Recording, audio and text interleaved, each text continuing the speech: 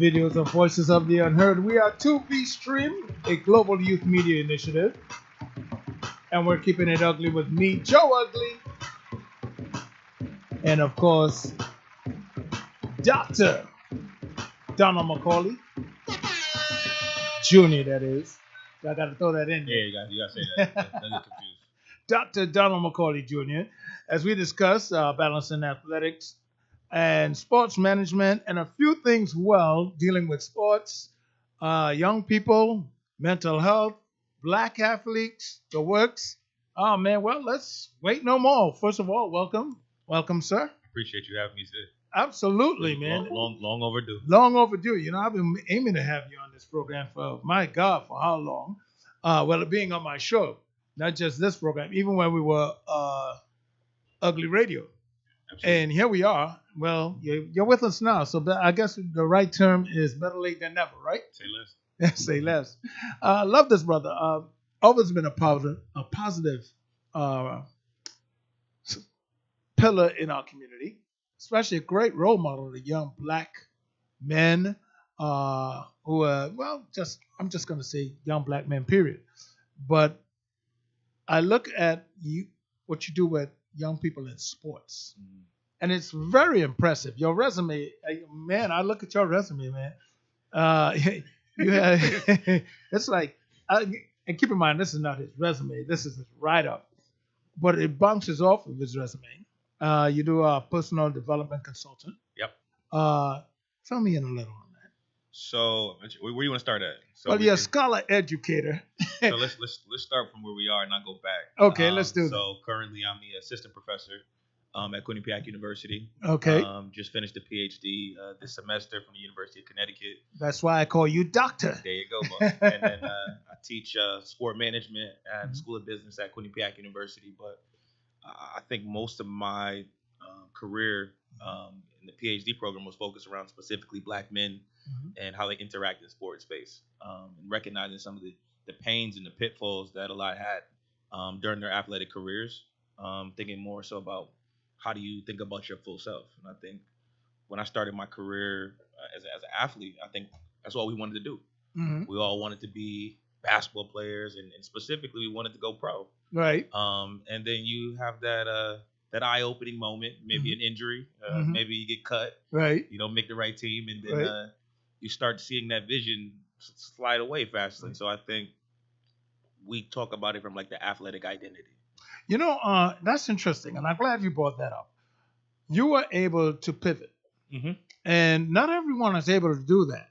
Now, obviously, you had a good GPA. You had a good school background, strong school background, so you had something to fall back on. So it put you in a position to where you can look at this and then say, okay, the athletic side is slipping or whatever. First of all, before I go further, you also play pro ball, am I correct? I tried out for the New York Giants. I got cut in minicamp. Had the opportunity to go to Canada. I decided not to go, but I played for the Arizona Rattlers. Oh, okay. For a season, and then kind of shut everything down. Started running track professionally. Oh, okay. So I may try to run a couple open meets down in Alabama, and see how that works. So, to be honest, the transition wasn't hard. I think for you. And I give you that much because you had something to fall back on. That's why I want to share that part. Okay. And I think the important part was I wasn't a great student in undergrad. Oh, okay. I think I graduated with like a 2.2. Oh, whoa. So. Man. So I made it. I made it through. But he's like, yo, they passed me because of my name. Don't nobody know that. All right, just know you got that degree. You got that, yeah. Right. But I gotta share the information because I think when you think about the athlete, I didn't know why school was so hard. So I found out in my master's that I was dyslexic. Oh. So I think specifically about what am I really good in. So I was really good in math. I mean, habits, math and presentations. Good. And so that's kind of the large pieces of what education kind of shows itself in. And so the reading comprehension, your quick ability to understand different concepts, were a challenging area when things picked up in the master's program. Right. So I think that was one of the things when I realized what my challenges were. It was easy for me to figure out what my academic life was going to be. Well, that's interesting because here it is. You find you understand that you're dyslexic. and you didn't shy away from it. No. You did not look at it as something that this is the end, your handicap or whatever. You look at it and then you say, well, this is my issue, and you address it. That takes a little something. I mean, because not everyone address something. Look, I mean, right now there are a lot of men running around with ED and have a problem with picking up some Viagra. But then I got to hear that girl talking about him. That's another story, you know. Got that in the bedroom. Exactly, you know. So my thing is, you saw that you had a problem. Yeah. And you addressed the issue. So I think when school got hard, I had to figure out what the question was. Okay. So, and I think like when I think about athletes in their early careers, they all know what positions they play, but they don't know what they're good in the classroom. Like, are you good at math? Like, you need to at least know what your skills were. But you knew you were good at math. I know I was, stellar. Right. I'm right. like, I'm stats now. Like, I'm a statistician. Like, I can do it qualitative, quantitative, mixed method. I can run it down, and present the work and digest it. And I was a critical thinker. So, which also helped him being a statistician. And, yes. And I think that critical awareness helped me try to figure out how do I get my answer across in the classroom. So when you don't like some individuals are easy at reading and just comprehending and just reciting it back. Right. They can't make the connection. And so for me, that was one of those building blocks that I have, because when the dyslexia kicked in, they said that you have an eidetic memory. So you kind of started coping. You started coping by memorizing, creating these like building units. Correct. So I already kind of had an academic identity when I went in. So I just kind of like, let me go choose the classes that I know they're going to look for presentations. I got to go in front of the class. I'm going to raise my hand. So you kind of figure out how to make it work. And I think that's part of my athletic career is about survival. You know, we all have these little things in life, and we just they just hit us, and how we address them really makes a big difference in our lives. Like I'll never forget when I found out I was dyslexic, and you know, but at that point, like you said, you had coping mechanism. I already had a bunch of them. I just started focusing on how to elevate what I already had to make it work, because there are a lot of people in our community who suffer from dyslexia. And when I say our community, I'm talking about the Black community. Yeah. A lot of people suffer from dyslexia, and it's misdiagnosed with bad behavior. It's misdiagnosed. There's a reason why people behave a certain way, because they're frustrated, especially young people without the frontal lobe being fully developed. Of course, they're frustrated. So yes, they're going to react in certain ways that those who are in charge may not approve of it. And then there's kids get bad grades, they can do it, then they start falling out. So I guess my point to parents is pay attention to that also. Traditional, even to the parents and those that are educators, those that are involved, traditional learning methods are not conducive for our school environment. Exactly. And if you don't think about that, so it's like you change the whole classroom, you make it more aesthetically pleasing. You have these different modules where students can interact with each other and be creative. And so those things would support those individuals' like confidence, self-worth. Right. And so when you walk in the classroom and it's like just sit in your rows, it just doesn't fit. It just doesn't fit the normal dynamics, even their home life, community life, and it's vibrant. Right. We move around in that specific way, and so when you have a classroom that tells you to do the opposite, you're gonna start like, this is not for me. Right. And so, and I've seen more of that with individuals just saying like, this is just space. The space is just not for me. I'm not even gonna try anymore. Right. You know, we talk about this stuff, and we look at this, and you know, I guess we can relate to this because our experience with this area. What do you say to that parent? How do you connect with the parent to help them understand what your child is really going through?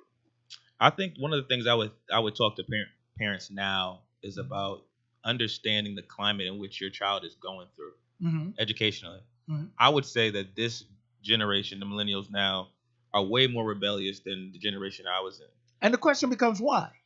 because I think we were more compliant. And so we live in a world Correct. of access. And so Correct. now when they can get things at their fingertips, everything. Mhm. It was, I wouldn't downplay them and say they're the microwave generation, but they understand that things can happen quickly. Right. And so those realities for them need to be resembled in the classroom. You know, speaking of things happen quickly, I just saw a report this morning, or I was looking at one of the shows. God knows I consume too much news, by the way. But I was looking at one show and I saw a report that said that Gen Z wants to be promoted within year one, Mm-hmm. or they'll lose interest in the job. Yes. And that is a big, that is huge. When I started to say big, huge, it's gigantic.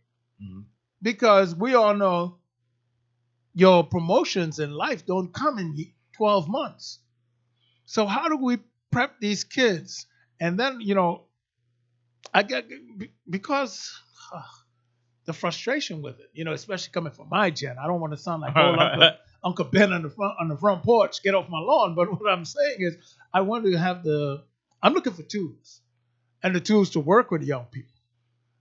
I think that's the right answer. The question is, do they have the tools to be in this market? So I'll say for my generation, I'll think education, for example. Mhm. We see a handful of individuals going to college programs and then going to the NBA or the NFL, right? Right.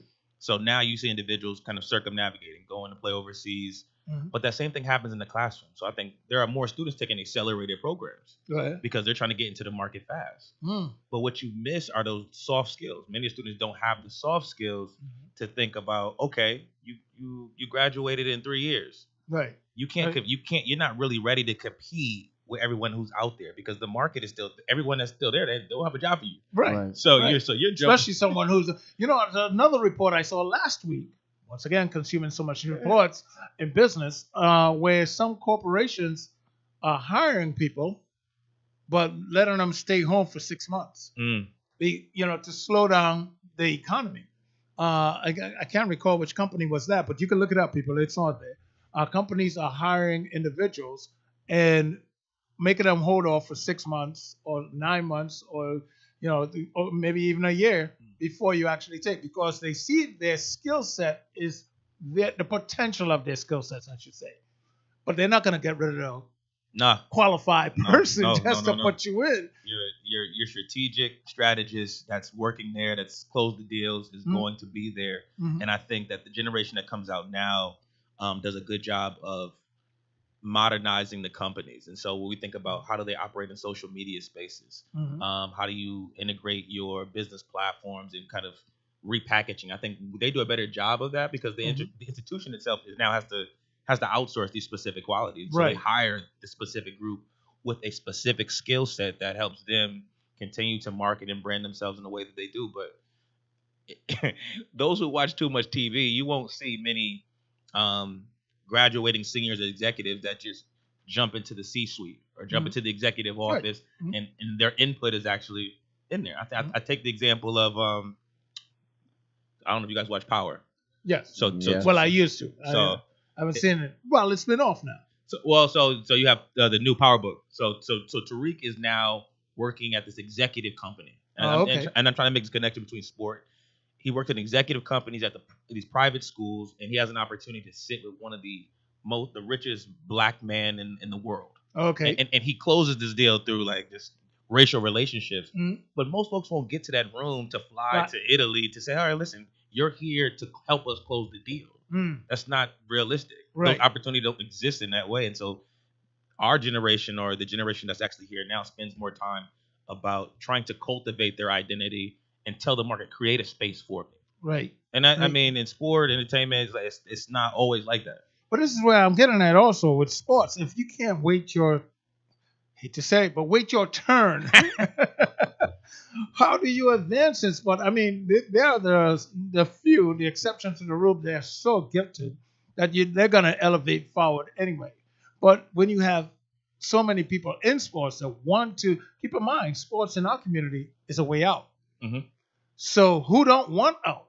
So I think that's the point. We talk about the changes. Mhm. So for athletes, they can transfer, especially in the college level. So you can get in the transfer portal. But it also accommodates this idea, like, I don't want to wait. Right. And I think there's a huge generational divide because individuals they all want to go to the Power Five school, but now you're starting to see this wave and shift where you don't have to go to a Power Five school. Right. You just have to be really good. Right. And really good is not you're the best in your high school class. It's like you have in to the country. You got to be able to when I evaluate talent, you have to be able to walk on the field and kind of look at what everyone else does well and figure out where do I fit in this. I always ran a 4.3. So I've always probably been the fastest person on the field at all times. Oh, okay. And so if I'm fast and I'm strong, I'm like, I'm not waiting. I mean, my uncle told me when I went to college, he says, well, I'm gonna say I'll call him out. He said, find the biggest person and put hands on them. That's like, but this is almost like this is that I think part of that mentality in sport where it's like I'm not going to wait. I'm like I didn't do a good job complying with carrying someone else's shoulder pads. That's just never. Right. But I understand the tradition and sometimes this like adversarial hazing that happens in those spaces. But when you know your talent is good, in reality, that's how it works. If especially in the NFL, if someone's better than you, there's a combination between salary cap and how much left on this contract. But if this person's that, this is gonna happen. So you can either not like it, but this is gonna happen for you. So but I think we grew up in this generation of watching those Rudies and like it was always about you have to wait until you become a senior. That's not realistic now. Right. I don't have to wait to seniors. And technology has played a major role in all of this as well. Technology has opened up the world to your bedroom. So, I remember when I wanted information, I better get up off the couch, get dressed, take the bus downtown, go to the library, go to that bigger cabinet with all the index cards, pull out the index, hope that the book that I'm looking for is still in and someone else can check it out. And then I do get it.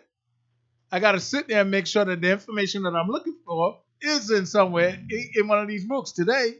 I wouldn't. Just break out your phone. I remember it, but I wouldn't want to do that anymore. Of course, I wouldn't want to do it either. Pulling up newspaper articles on the microfiche machine. Like, man, don't even get me started. I don't have time for that. Oh man, I was speaking with someone recently, and they said, the military sometimes still operate a microfiche. I'm like, are you kidding me? Listen, I just finished. I thought the Pentagon get one of the biggest contracts every year, man. They get most money out of the budget. Could they upgrade their stuff? so I, like education, for example. Yeah. The dissertation, I think those that were before me, finding sources.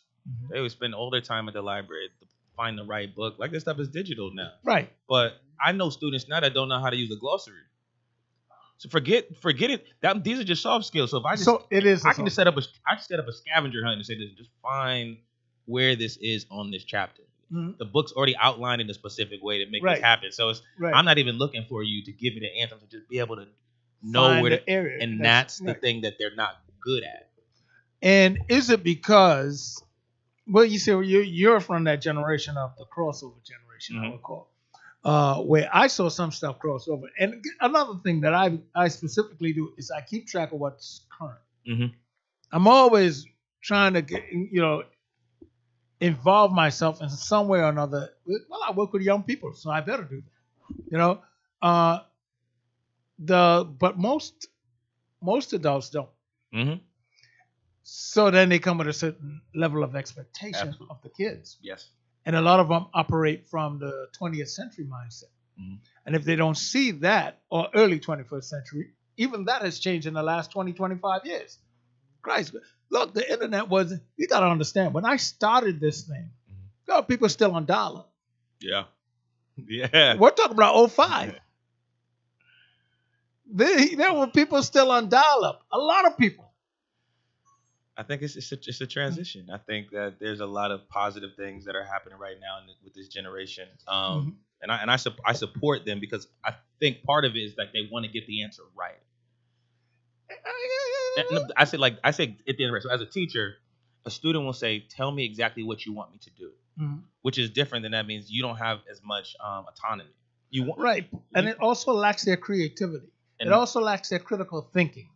And if I have to tell you exactly what I want you to do, where did your critical thinking came into the equation? And that's very critical for any mission. Yeah, that's the part that's not cultivated. Now let's bring that into sports. So I'll say, for example, someone that, well, we see like very highly talented. Mhm. Sometimes they get this perception that they're arrogant. They don't necessarily follow the rules because they also don't fit into the rules. Mhm. But those that are trying to come into the space are usually trying to walk to a coach, and this is why people get exploited. Coach, tell me what I need to do. Mhm. I mean, that's nice, Mhm. but you're setting yourself up to try to get the right answer because Mhm. I mean it's a labor war. Athletics Okay. has always been a labor war, specific with black bodies. Right. So your job is about production, and Mhm. so if you're not producing or you're not understanding how to produce, you kind of now you start relying on the coach. And so if you don't have a coach that's thinking more about supporting you, Mhm. you're about to go down a road where you can be exploited. You can be showing up and trying to do all these things every day, and that's where the mental fatigue kicks in for many athletes when they think they're doing the right thing every day, Mhm. and they're not on the field because everyone in the field didn't make the right decisions. They have talent and skills that are at such a high level that when they make a mistake, you'll never notice it.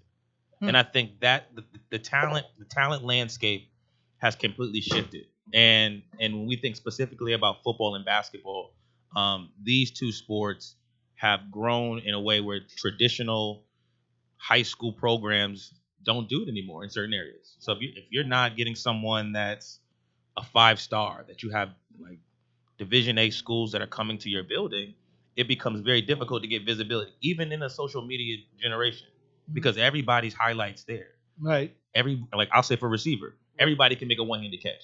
That's not a That's no longer that's no longer a highlight reel. Right. You can do that. So you can get a one-handed catch, and then you gotta juke 5 different people and jump in the end zone. Like that's it. Like that's what someone's looking for. Right. But it's almost like the slam dunk. Yes. Oh, at first, it was just put it in the basket, ain't gonna get you done. But here's the thing: the one-handed catch isn't the slam dunk of football. I think I remember seeing this. I think the equivalent would be now you see quarterbacks hurdling defensive backs because now folks are going low. Right. No helmet to helmet, so now you see folks they'll hurdle somebody in the middle of the field, and so I think. Please define hurdle. That's when they jump over someone else. Jump like someone's right there in the way. You just say, all right, no, this. You didn't even exist, and then you come down, you run the guy over. But even for basketball, you see these highlights of individuals going between their legs twice in the air, going around their backs, dunking it, doing 360s, touching it. And before I go back to above the rim, like it was just a quality to, and this is athletic talent. Touch the top of the backboard. Right, exactly. I'm like they're touching. They can do all that right now. Right. And so I think it's hard because someone's trying to figure out how to get in that space. And a big challenge of it is also you see these guys on YouTube and TikTok and all of these things doing this stuff. So then you have the kid. Now, have you seen, because kids are pushing themselves so much, do you see an increase in injuries? More injuries? I'll say no. I'll say no. I mean, obviously, I think certain sports just come with a certain level of because they are pushing themselves a lot more these days. I mean, like you said, when we were coming up, touching the top of the rim, in the back of the rim there. Actually, I remember when changing coins. Yeah. I think your dad or your uncle, you used to have to do this jump and take the quarter off. Yeah, take the quarter off, put 2 dimes up and a nickel up. That's funny. So I don't. What I do think is one of the tragic things that are happening with the athletes, I think they're pushing their bodies more. So if they are hurt, they don't talk about it. So I think that a lot of athletes that play full seasons, multiple sports, and they've probably been at 70% most of the season. So whether it's an ankle injury, so they're just icing playing through it, right? Because of that expectation of if I'm not here, I'm gonna lose something. And then when you think about how significant their athletic identity is, that's just like, this is the only thing I have. Brings me back full circle now. Let's talk about the black athlete who pushes him or herself to that level, to these levels. Injured, hurt, however you want. Later in life, consequences from those injuries. Do you see yourself coaching or guiding young athletes, or should I say, do you guide or coach young athletes to be aware of this? Because I can't see, when I look at basketball today, like you were saying, for what these guys are doing on the course, that's a lot more muscle use Mm-hmm. than when we were young. Yeah. I think the group is bigger, stronger, faster is definitely something that's happening now. But I think I advise specifically football players about.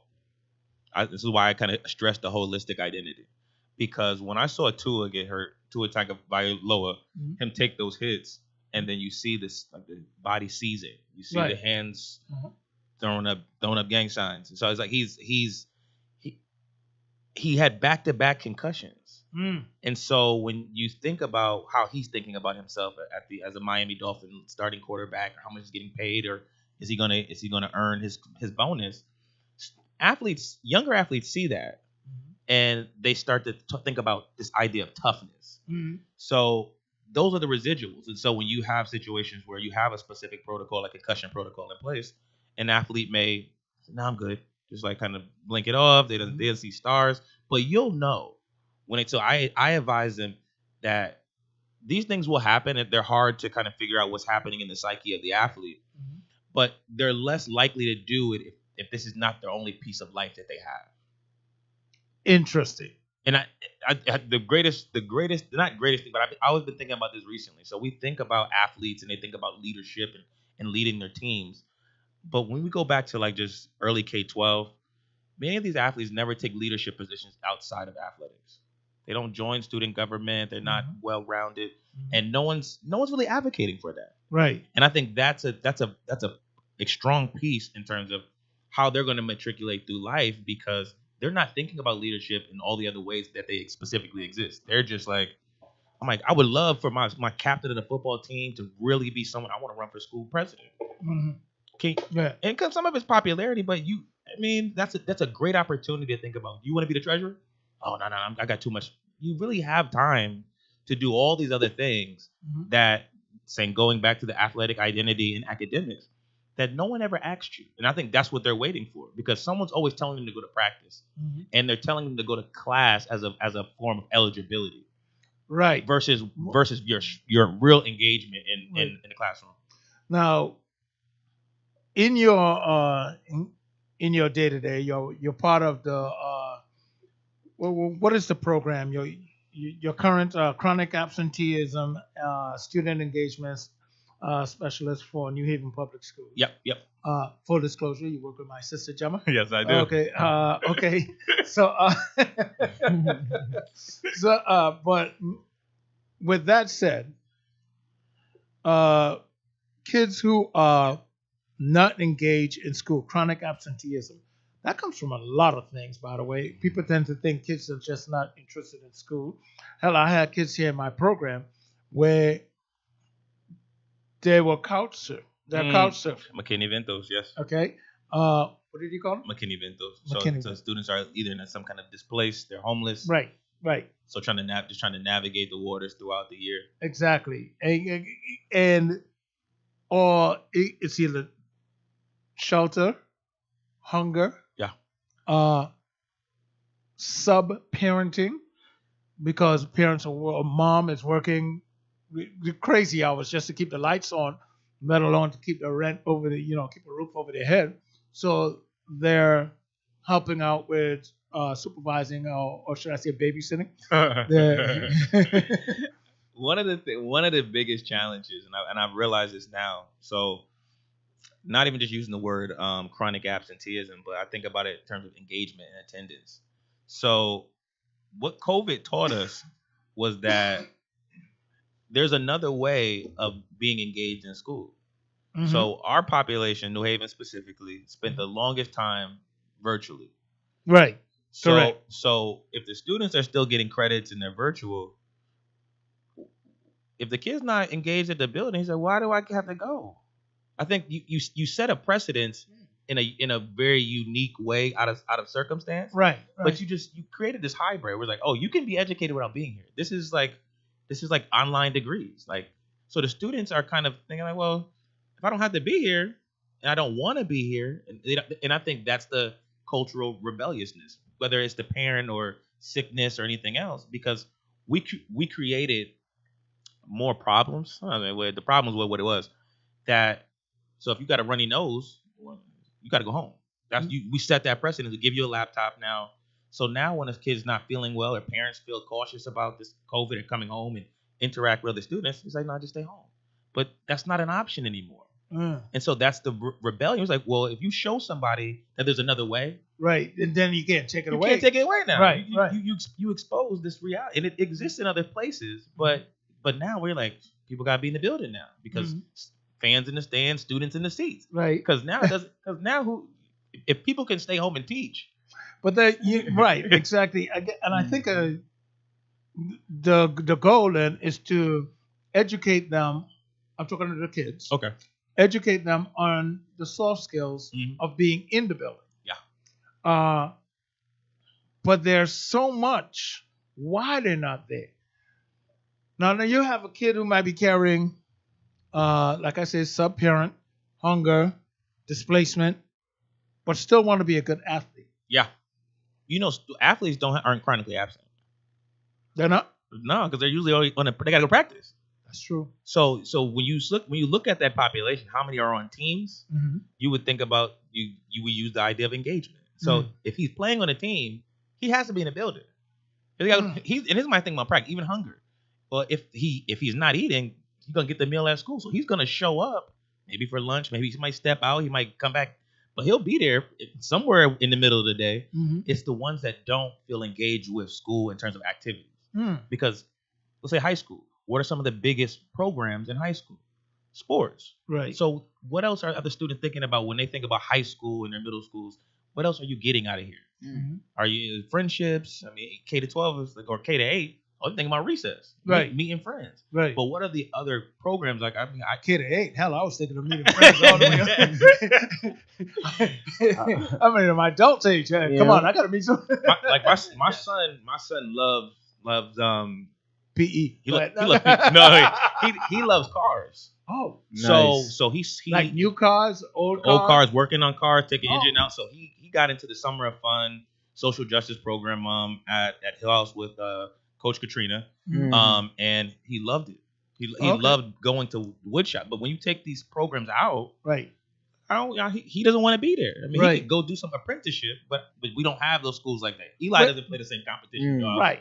Well, here's the thing. Like I've spoken this before in the past, and it is critical that we pay attention to why there are no more VOTEC in the high school, the regular public high school. You have to go to a VOTEC school, and to have a 12 or 13 or 14-year-old making a decision on the rest of their lives, it's blatantly ridiculous. And one of the reasons for taking those VOTEC schools out, well, we all know. Well, we all don't know, but I spoke on this many times before, and I think it's worth being repeated consistently. And it's a balance of, well, it goes back on the civil rights issue. Yeah. The guys who funded the civil rights era, listen close, the people who funded the civil rights era were the carpenters, the plumbers, the electricians, the janitors, the hairstylists, the barbershops. Those were the people who truly funded the civil rights era. Where did they learn most of those skills? In the public schools. Here comes a guy named Richard Nixon who said, let's take them out. Carter tried to reinstate some of them and keep them in. Reagan came in and they were gone. I think in different places, different times. I think that I'd say without being, well, we haven't real talk. So I'm gonna say it's in a way of does what's happening in the classroom reflect how we think politically and who the stakeholders are? Because you can go to other towns that still have some of their vocational things that are in the building. Right. So does your school reflect the voting base? And so if the people in the school are not voting, then it's hard to push the envelope and push the issue because this is a political issue. It is a political issue. It's a high. It's way up there. That's why that participation. You Right. have to participate. And the engagement part. Look, I love junior high because I had shop. Yeah. I had shop in middle school. Yeah, yeah. I 8th grade, love it, and it motivated me to be there, do whatever I had, and I passed in all the other courses. Mm-hmm. Hell, I even got a scholarship to Kimberly Union Academy Prep School in Madison, New Hampshire. Mm-hmm. Bypass that, let that go. Poof, went to Wilbur Cross. I don't blame you for that. There you go. There's a long story behind that. I'm talking about Wilbur Cross. Oh no, Wilbur Cross is that? You blame me for it? No. I'll race you for it. No, you won. What? I've seen you run. You're not gonna have me breaking my own leg. Talk about something. Yeah, racing. Yeah, but Wilbur Cross, I had I had home ec in Wilbur Cross. That's where I learned how to sew. Mm-hmm. No, don't mess with me with a sewing machine. No, you beat me on that. Oh man, come on, man. Are you kidding me? But that was a strong motivation. Why did I pick that course up? There were girls in that class. Long story short, man, I wanted to be, oh man, you get it wrong on me, I'll get to know you better. Come here, girl. Something, No, but there are different reasons, there are different ways to motivate kids. And the athlete, I'm glad that you raised a point that an athlete, a young athlete, a high school athlete, has a low absenteeism Mm-hmm. because of the involvement, the engagement Mm-hmm. in athletes. Now, when I took shop, my focus was not, I'm going to be a carpenter or whatever it is. I just like it. Yeah. When I learned to sew, it wasn't I was going to be a tailor or, I'm going to, I just like it. But when a kid plays sports, it's not just that they like it. The engagement becomes of end game.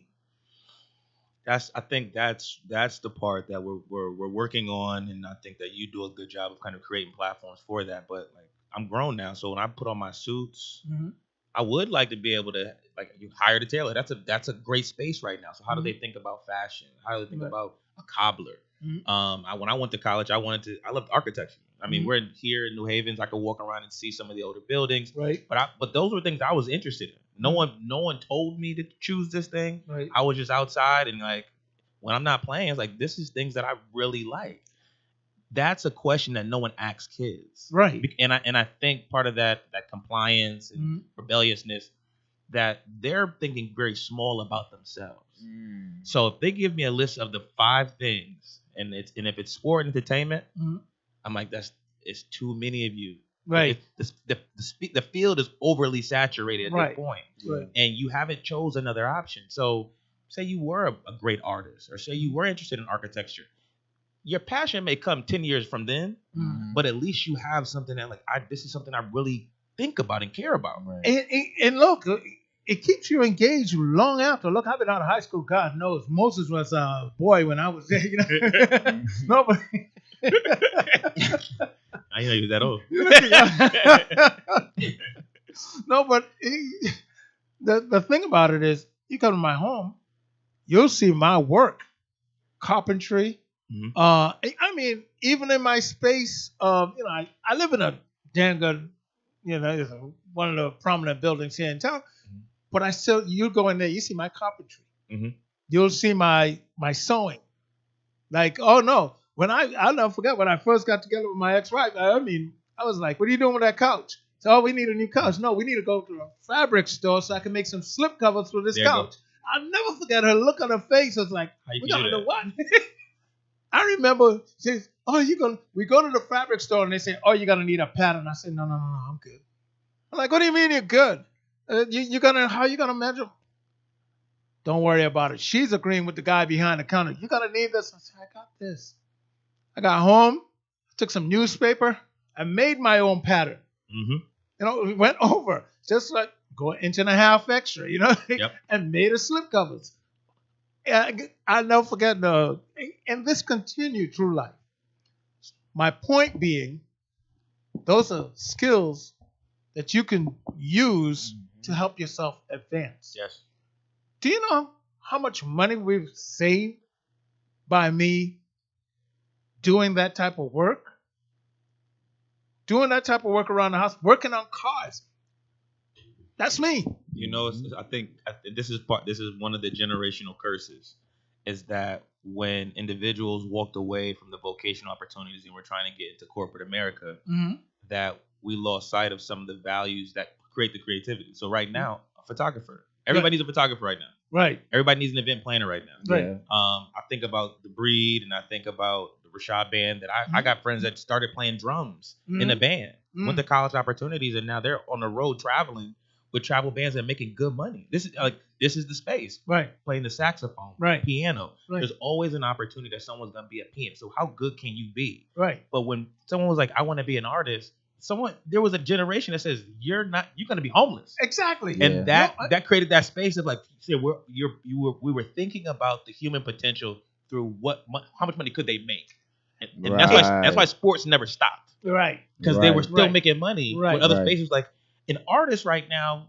that plays the drums or travels or producers, right? They got less taxing on their body, so that their human capital has more longevity. And then when we do events in those spaces, then all of a sudden comes, how could we shut it down, or how could we how could they steal from us? I'll give you the music industry, for example. Yeah. You know, we had this conversation at the back earlier. You know, it's like this is why I embrace this hip hop. Oh my God, this beast called hip hop. I embrace it to the fullest core. Shout out to my man. By the way, we have our 50th birthday. It's coming up August 11th. I'm talking about hip hop. We have a birthday. It's been around. I've been talking on this for years. My man, Cool Herc, the man, that great Jamaican who came out here and started this hip hop game in the Bronx. It's on the wall in here. It's on the wall. He signed it personally. You know, came in here, saw it up on the wall. He's like, take that down. I said, well, I said, that can't go up there, man, without my signature. Look what you're doing for hip hop. Yeah. I'm like, listen, this hip hop thing, I remember when it started. And I remember, you know, first of all, it wasn't hip hop. Hip hop is the culture, the rap game. Yeah. And I remember people saying over and over, when are you going to grow up? When are you going to do this? When are you going to do that? And if you weren't in a Mecca like New York, you give up on that. True. And it was not until the guys in New York started making a living, and a damn good living from it. And contribute to the economy. Absolutely. Major contribution to the economy. They still contribute. Still contribute. Houses, cars, I mean, clothes. there's a guy by the name of Steve Stout. He can tell you exactly what the hell the hip hop community has done for the world, not just the New York, Connecticut, the U.S., the world. It is a force, and you know. But when you think of 1980 through 86, when there weren't really money there, they were the pioneers of the game, and those guys are looked upon as, you know, if you were around here trying to do hip hop or rap, come on, you need to grow up, or you need to leave that behind. All of a sudden, by the late 80s and early 90s, the guys who were coming home, who had been locked up for 5, 6, 7 years, they're coming home and they're like, I do have some cash and I can't get a job and I ain't going back to the streets. So let me fund your rap career. And then what happened? Then it became an eye. We're going to keep an eye on that. Then the exploitation of the business came into play. There's so much, Black culture is something that everybody benefits from. Right. And I think we haven't done a great job of safeguarding. Cultivating Afro-pessimism. Yes. Absolutely. And so that just happens. And I walk outside and maybe because of the dyslexia, I deconstruct things.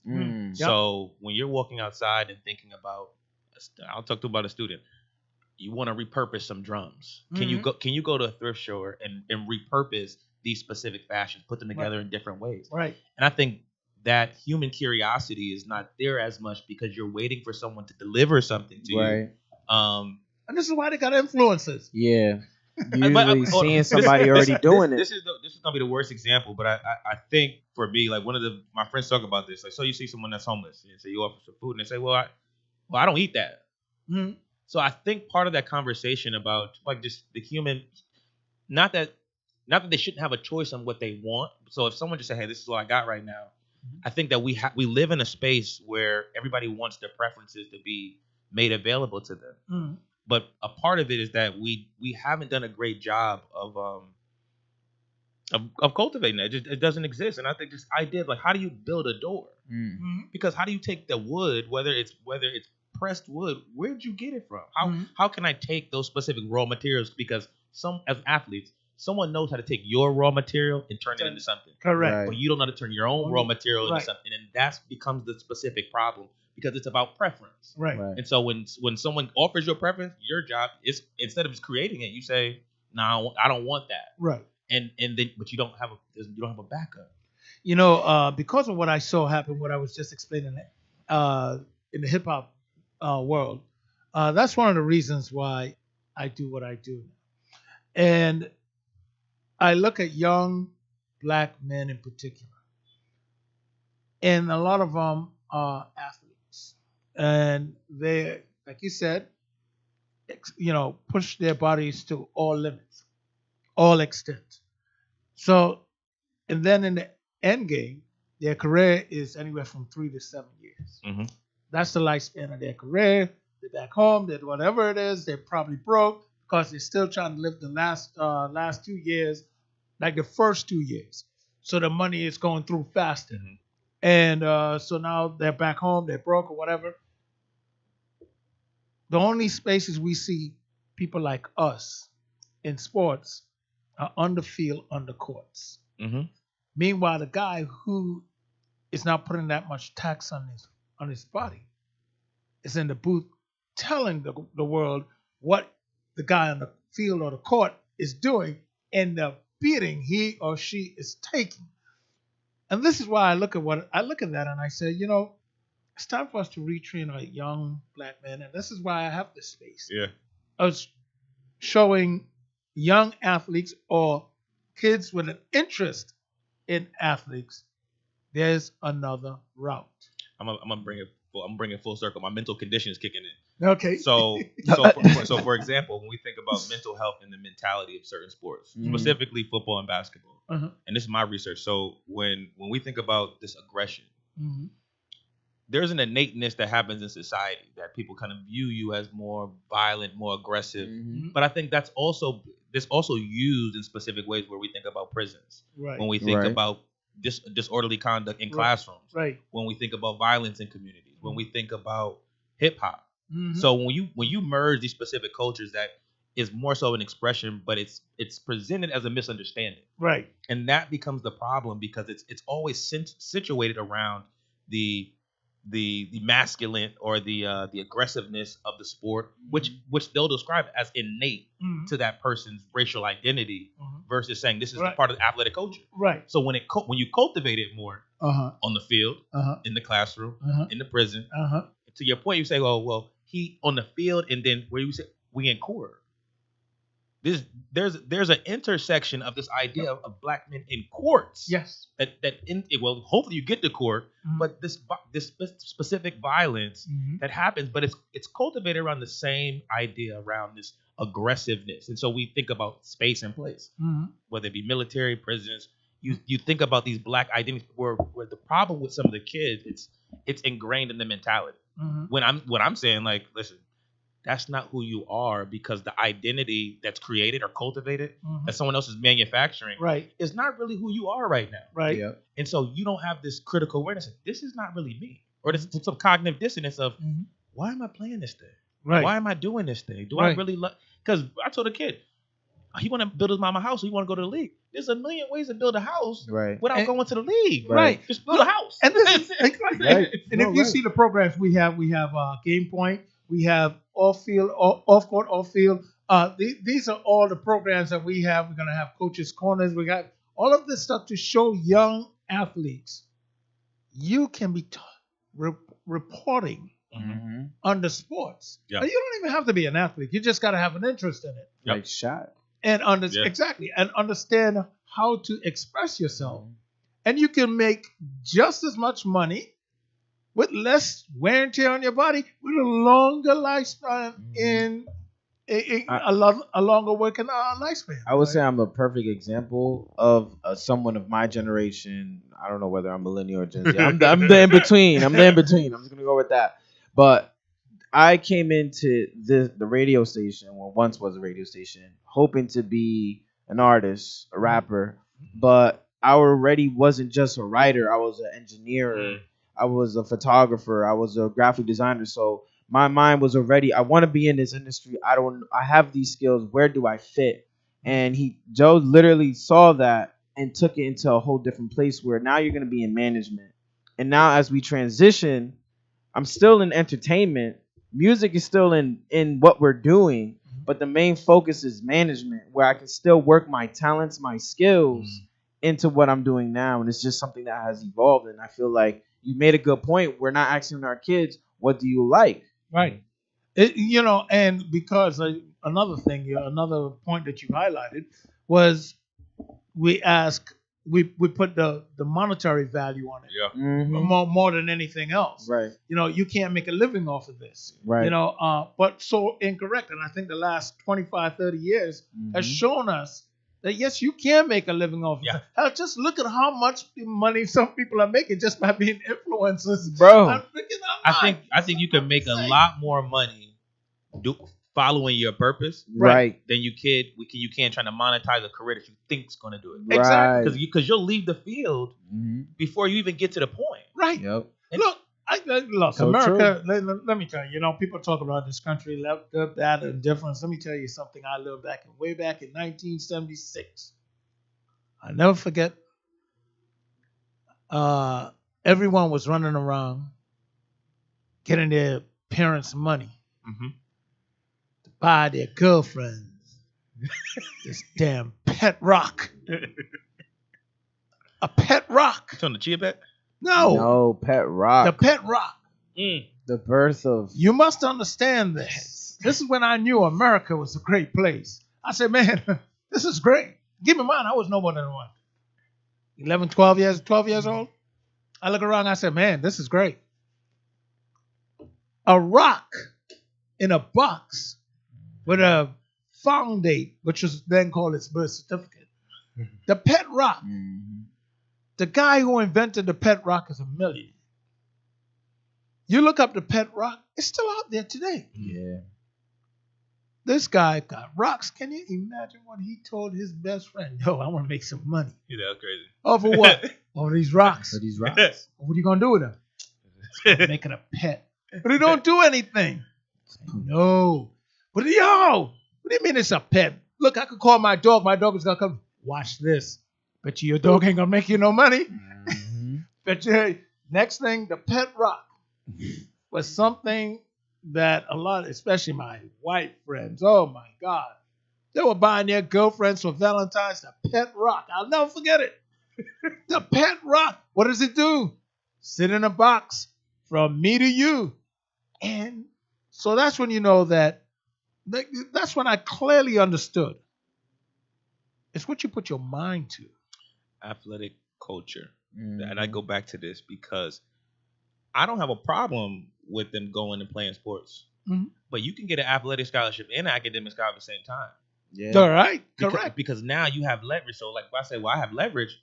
If I decided to quit tomorrow from the team, I can still go to this school. Right. I can still get into this school. Right. They didn't bring me in through the back door. Right. Like I got into every school that I wanted to get into, even with the condition and not knowing. Right. And so no athletic team had to go to admissions and say, hey, I don't know if he can make it here. Right.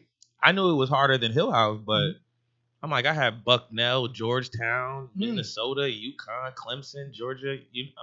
I had at least about. I didn't have as many offers, but I got accepted to every school that I applied to. And so to be able to get an opportunity, to be able to get an opportunity to say, all right, you can go on a full athletic scholarship, and if you needed to pivot, you could still go to the school.